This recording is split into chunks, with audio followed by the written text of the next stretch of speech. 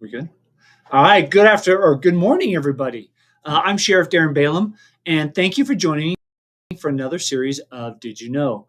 Today, I'm joined with Lieutenant Corey Solferino and Lieutenant Morgan Jack, and we're going to talk about our new strategy that we just rolled out. You may have seen some press releases of how we're doing vehicle burglaries, residential burglaries, and commercial burglaries. So we're going to talk about that strategy. But before we get started, please make sure you hit the like button so that you can enjoy this, monitor this, share this.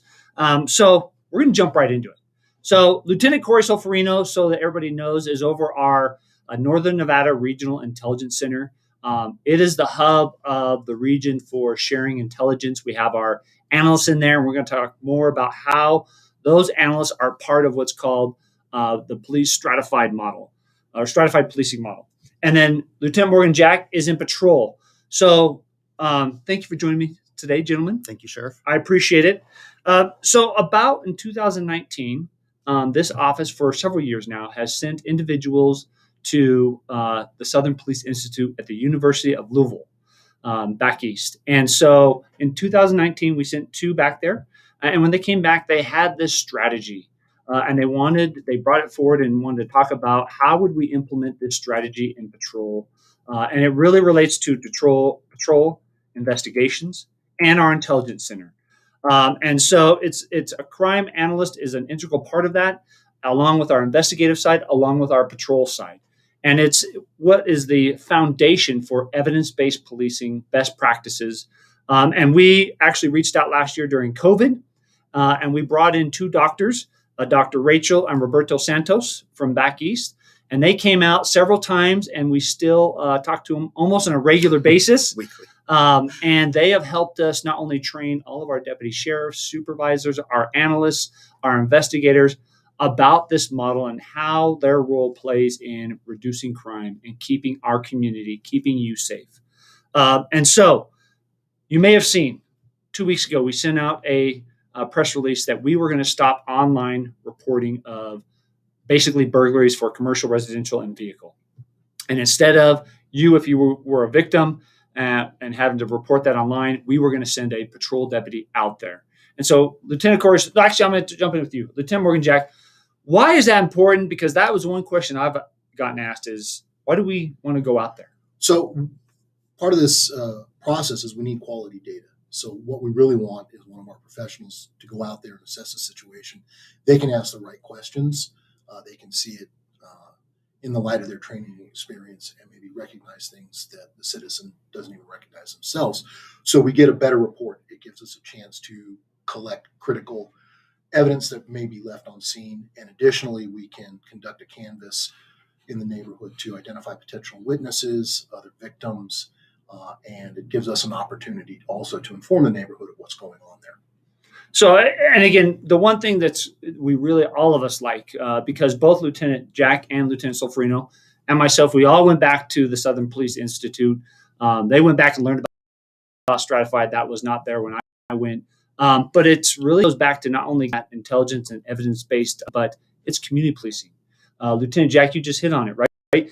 The one thing we've always heard in our careers is, maybe a vehicle burglary occurred. And when we go out to the report, that neighbor, because of the neighborhood talk, there's been a rash and really there wasn't, or vice versa. They didn't know of other ones that were around the corner because we hadn't communicated or they didn't hear about it. So now, back to that community policing and getting the community involved. This is right what stratified is about. Yes, it's a huge part of being successful in an overall strategy is the collecting and sharing of information. And I know watching the pass downs in our meetings. So with this model, we have the meetings once a week, once a month. We have a weekly meeting Okay. with the various division lieutenants, and then there is a monthly overall compliance piece that is with higher authority.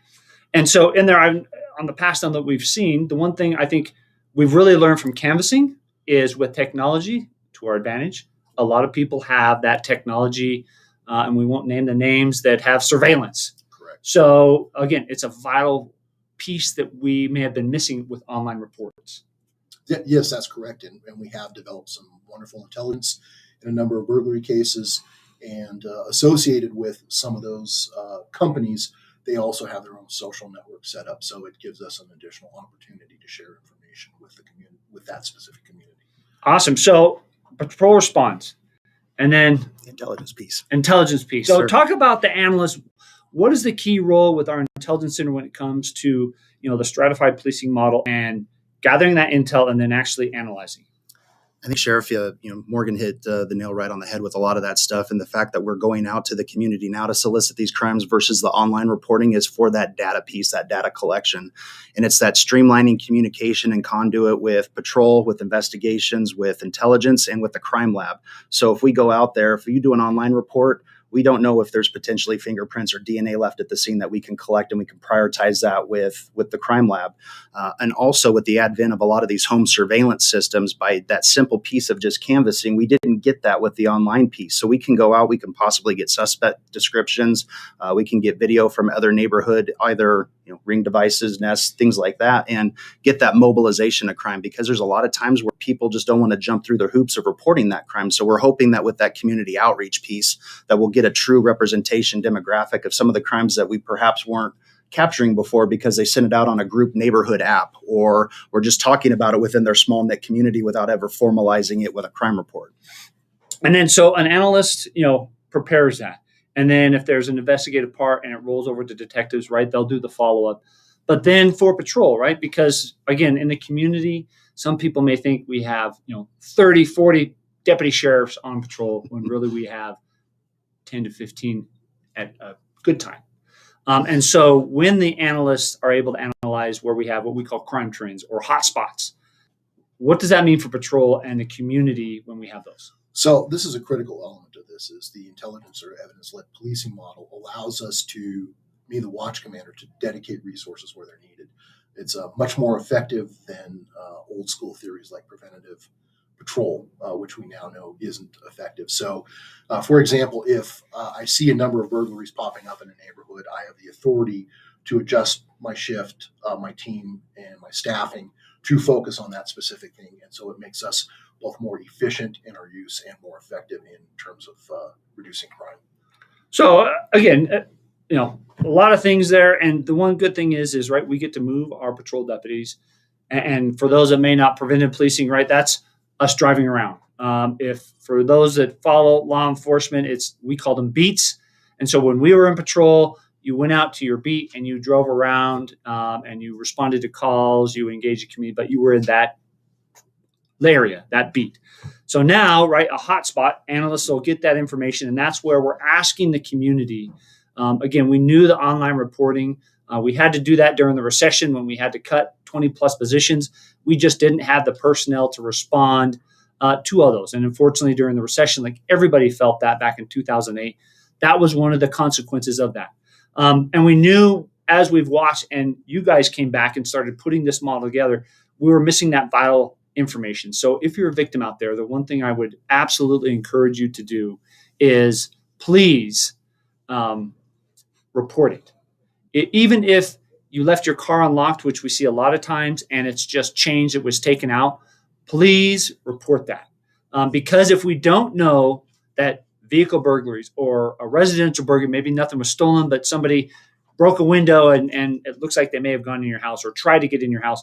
We don't know when it comes to Lieutenant Jack and patrol where to move those resources. Maybe we have somebody moving around, or for Lieutenant Solferino with the analysts, right? How do we move that stuff around? How do we know where to move our resources? Because we do not have a lot of deputy sheriffs out on patrol. So with the little bit we have, we can be more effective, like Lieutenant Jack said, and move that out there. And so I would encourage you, please, even if you saw the press release, if we are not there within 30 minutes, our dispatch will notify a patrol sergeant. And sometimes, I will tell you, sometimes it may take us a little bit. If we have a lot of calls for service, and evenings, usually rush hour is a big time for calls for service. Morning, rush hour, big time calls for service. People are waking up. That's where they discover maybe their vehicle burglars and stuff. So I would ask you to have a little bit of patience. We are going to get out there because it's vital. And that is something we're looking towards this community. What are some of the other things as we set the 15% goal Sir. of reductions in residential and vehicle burglary, which a lot of people That's a pretty lofty goal. Why, in talking with analysts and talking with patrol and detectives, why do you think, that's one question they asked me. Why do you think we can accomplish that? I think one of the best things, sir, that we're talking about is with the intelligence-led piece and actually having the analysts work in the same intelligence center from both Reno, Sparks, and Washoe County as we look for those commonalities. For the most part, victims of crime, criminals don't respect jurisdictional boundaries. So Reno might be working something independent that has commonality with suspect information to our jurisdiction and Sparks. So we're looking for those crime trends. We're looking for those commonalities. And then what we can do is we can group those and we can provide patrol with a playbook. So rather than going out and doing that reactive patrol or going to their wheelhouse or going to their beat where they normally try to be proactive during their unaccounted for time, we can give them the playbook and go, if you have free unaccounted for time in between calls for service, this is where we want to dedicate your time to. And how do we know it works?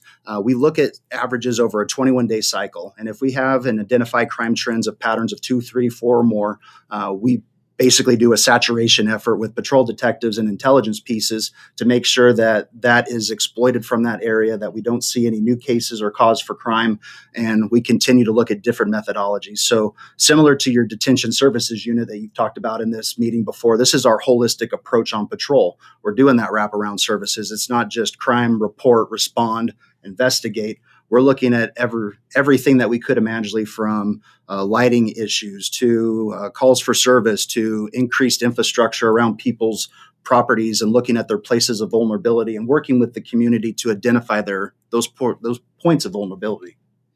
And the one thing I know, both of you are involved, right? We're just starting to roll this out. So everybody's learning and excited about it. But also with this stratified policing, as we continue to perfect it and evolve it, we'll start looking at those not just problem locations or repeat incidents, but also those problem areas.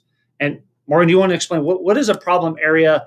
And when we get to that point here in the future, what does that mean for the community?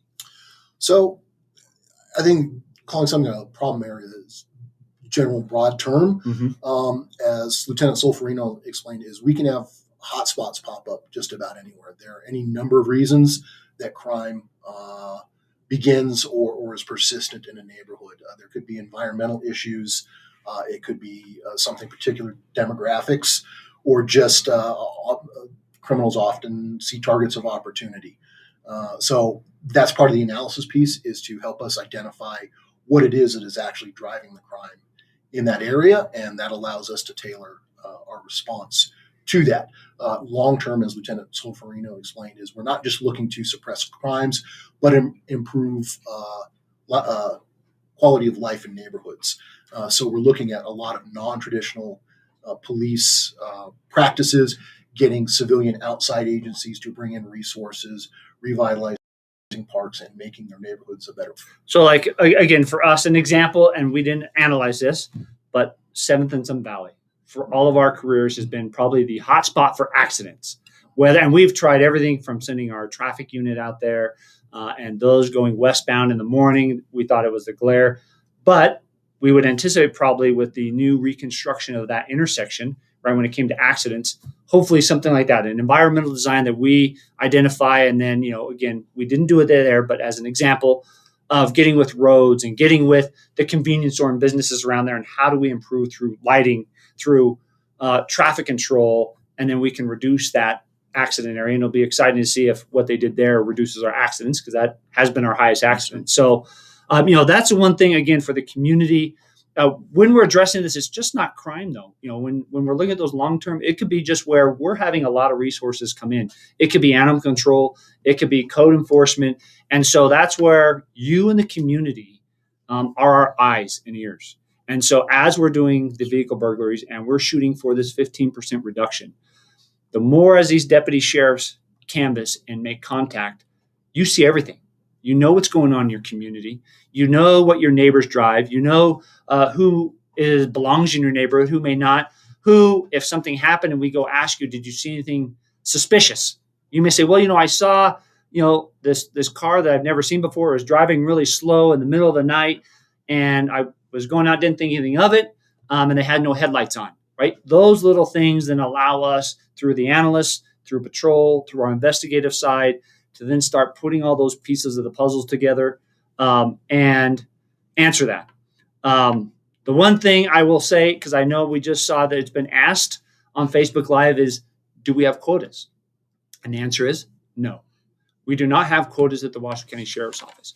So let's use stratified policing to answer that. So let's say we have a high accident area, or our survey that we just did in January showed the biggest concern, the number 2 concern for our citizens is traffic, speeding. So how would we apply the stratified maybe to an accident / speeding area? And I'm not even going to name because I don't want to pick on an area in our community. Just it's a full block area. What would we do applying that model to show people that how we would address that besides we're going to go out and everybody has to write 20 tickets, which we don't do?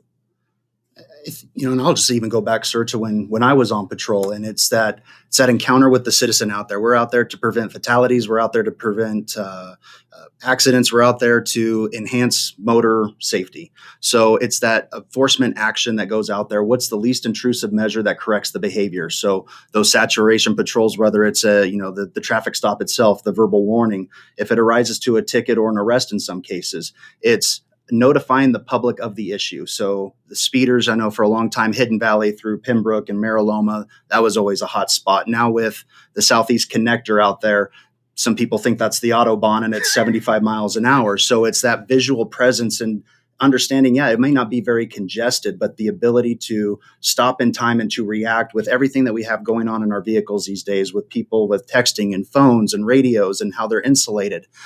It's just a very, we want people to concentrate on driving, not all the distractions. So it's that education piece with our community. And we can correct a behavior with a traffic stop. It doesn't necessarily need that citation.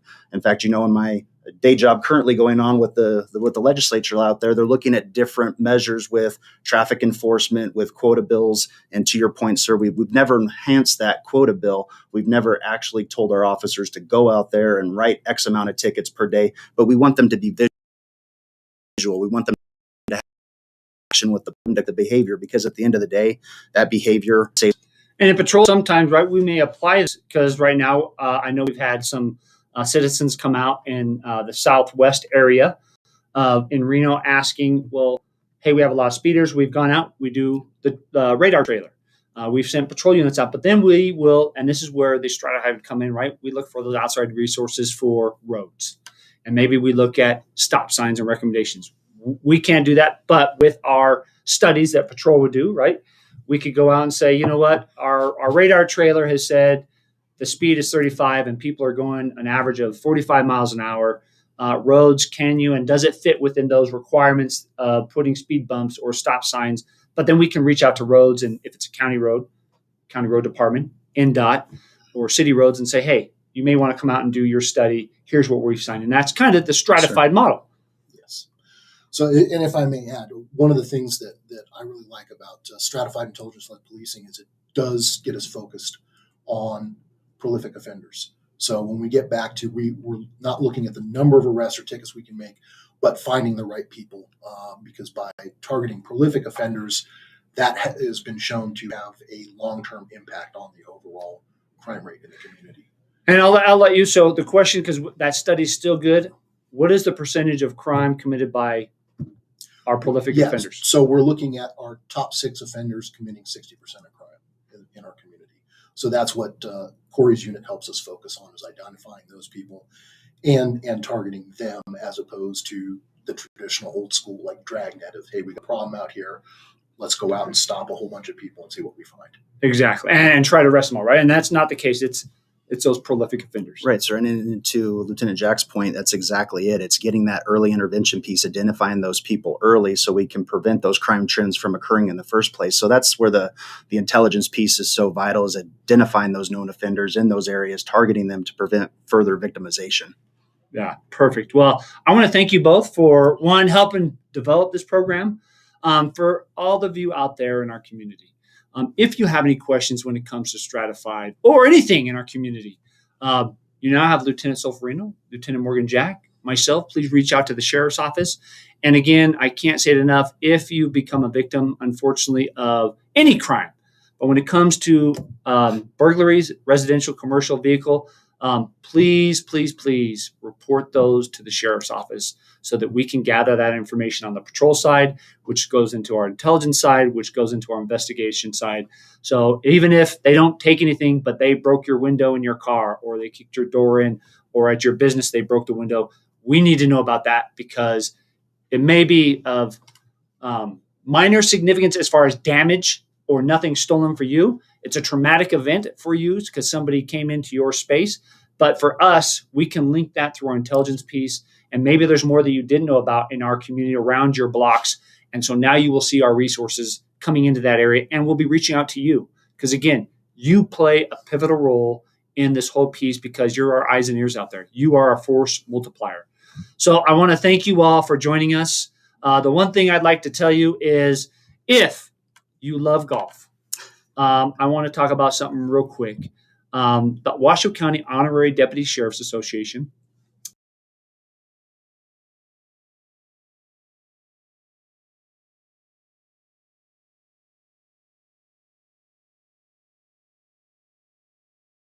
Deputy Sheriffs, it's a nonprofit arm of the sheriff's office. They give $50,000 for 250 kids to go shopping at Walmart. Last year we had to modify it, so we did 100 families, and those families got to come up and we shopped for the entire family. And as honoraries, which are you in our community that join the honoraries, you get to shop with the kids. Last year we shopped, and we make an impact in kids' lives. We also do Christmas in July. So last year we did almost 600 kids where we prepared them in July for backpacks and getting them ready for the next school semester or school session. And so we had backpacks, we had coloring crayons, we had all the supplies to set them up for success moving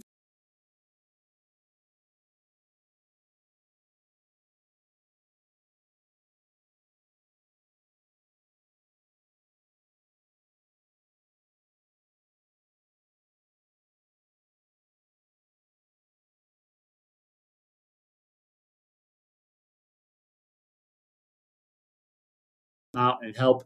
You can whole sponsor if you're a business, or if you just want to make a difference and give back. We could love to whole sponsor, or just want to donate for these great causes so that we can help set children up for success for school and make a difference in their lives come Christmas time. So I want to thank you all. Again, please turn on your notifications. Thank you guys for joining me today, explaining Stratified. If you're out there and you see us, we look forward to working with you in the future. And until we talk to you next time, please have a good month. Thank you.